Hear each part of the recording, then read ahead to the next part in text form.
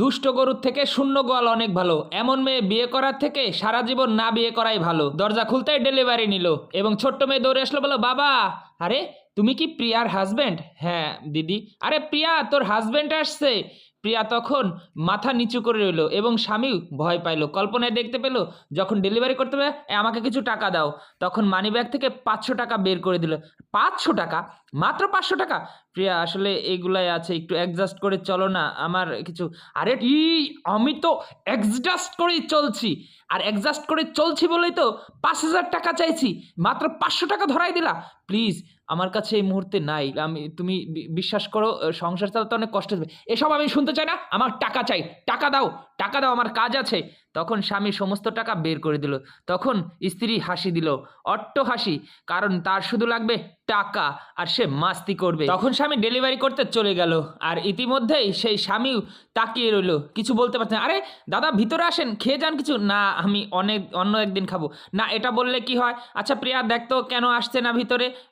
আসেন দাদা, ভিতরে আসেন, কিছু একটা তো খেয়ে যান। কেন, দিদির সাথে কি রাগ হয়েছেন নাকি? আরে কি ব্যাপার, ভিতরে নিয়ে আসো। না আসলে কি, আচ্ছা ঠিক আছে, বুঝছি ও লজ্জা পাচ্ছে, কারণ তোমাকে মনে হয় ইনভাইট করে না, তাই না? ও একাই ইনভাইট নিয়ে চলে আসছে, আর তাই না, তুই দুষ্টুমি করেছিস। আচ্ছা দাদা, আর এক সময় কিন্তু অবশ্যই আসবেন আমার বাসায়, ঠিক আছে? আর হ্যাঁ, আর এখানে এসে কিন্তু আর কখনোই একা হাতে যাওয়া যাবে না, ঠিক আছে? আচ্ছা দিদি, অবশ্যই আবার সবাই দুজন মিলে আসবো, হ্যাঁ, অনুষ্ঠানে, ঠিক আছে? মনে থাকে যেন। আচ্ছা দিদি, ঠিক আছে, নমস্কার, আমি আসি। যখন স্বামী চলে যাচ্ছে, ঠিক স্ত্রী বলল, আচ্ছা 1 মিনিট, আমি আসতেছি। তখন স্ত্রী ডাক দিল, দাঁড়াও।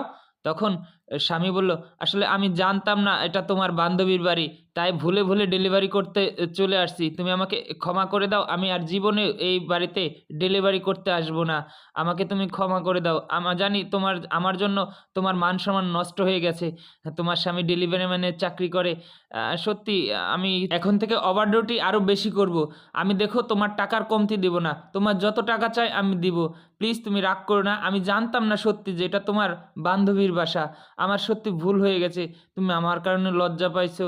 প্লিজ প্লিজ তুমি আমাকে ক্ষমা করে দাও, আমি তোমার সব শখ পূরণ করে দেবো। প্লিজ তুমি আমাকে ক্ষমা করে দাও, এ সমস্ত কিছু আর বলো না, আমি আর নিতে পারতেছি না। দেখো আমি ভুল করেছি মনে হয়, আমি তোমার ফিলিংস বুঝতে পারিনি, না বুঝে তোমাকে অনেক কষ্ট দিয়েছি। আরে প্রিয়া, তুমি কি ভাবছো আমার মনে কোনো ফিলিংস নাই? আমার টাকা খরচ করতে ইচ্ছে করে না? আমার কি তোমাকে টাকা দিতে মন চায় না? আমি কি করব বলো? টাকা ইনকাম করা সহজ, কিন্তু রাখা তো অনেক কঠিন, তাই না? কারণ এখন আমার শরীর স্বাস্থ্য ভালো আছে, তুমি ভালো আছো, যেভাবে মন চায় সেভাবে 2টা টাকা রোজগার করতে পারি।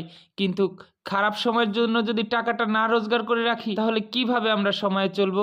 আর বিশ্বাস করো, আমি এতটা ভাবিনি। আমি সবসময় চাইছি আমার বড়লোক বন্ধু বান্ধবের সাথে এভাবে মিলেমিশে চলতে। তুমি আমাকে ক্ষমা করে দাও, শেষবার, আমি আর জীবনে এরকম ভুল করব না। তখন স্বামী ক্ষমা করে দিল। একজন স্ত্রী চাইলে তার স্বামীর সংসার সুখে ভরিয়ে দিতে পারে, আর একজন স্ত্রী চাইলে সেই স্বামীর সংসার নরক যন্ত্রণায় ভরে দিতে পারে। শেয়ার করে দিবেন।